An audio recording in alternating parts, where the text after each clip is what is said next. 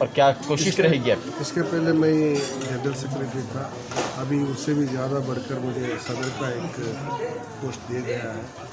और आप लोगों को पता है बीजेपी में और मुसलमान बन के बीजेपी में रहना और उसके साथ जवाबदारी भी निभा के जाना, और मुसलमान का ख़ास तौर पर इस गवर्नमेंट के अंदर मुसलमानों का जो भी काम है लेने का, कितना क्या चल रहा है करने का, और क्या करके लेके आए तो भी मुसलमान के दिल के अंदर है, हमें उतर नहीं सकते।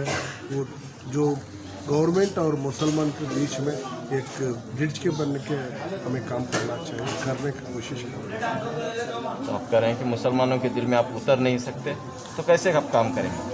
कोशिश तो कर रहे हैं। हाँ, अभी क्या है आपको भी पता है, बीजेपी के गवर्नमेंट बोलते ही अंकियाँ अपने आप बंद हो जाते हैं मुसलमानों की।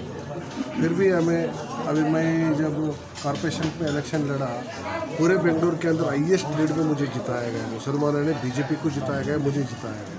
फिर भी हमें 5 साल इतना काम करके उनको जीतने के, उनका दिल जीतने के बाद हम उन्होंने भी मेरे साथ में है, और आजू बाजू के कॉन्स्टिट्यूंसी वाले भी मेरे साथ में है।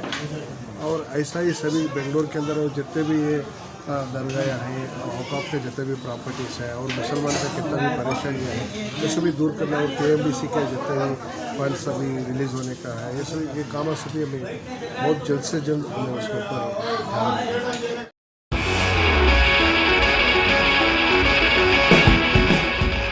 मुसलमानों में वो गैप अभी हम लोग को फाइंड आउट करना है। क्या है?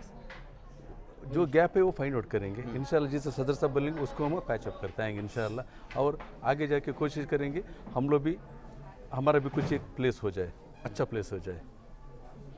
इंशाल्लाह हम ज़रूर कामयाब हो जाएंगे तो इसमें, उम्मीद है आपको? ज़रूर उम्मीद है। और हम we all supports our president. इस रिस्पॉन्सिबिलिटी को आप कैसे समझते हैं, कितनी इम्पोर्टेंट है आपके लिए? इट्स वेरी इंपॉर्टेंट, हम लोग बहुत ज़रूरत है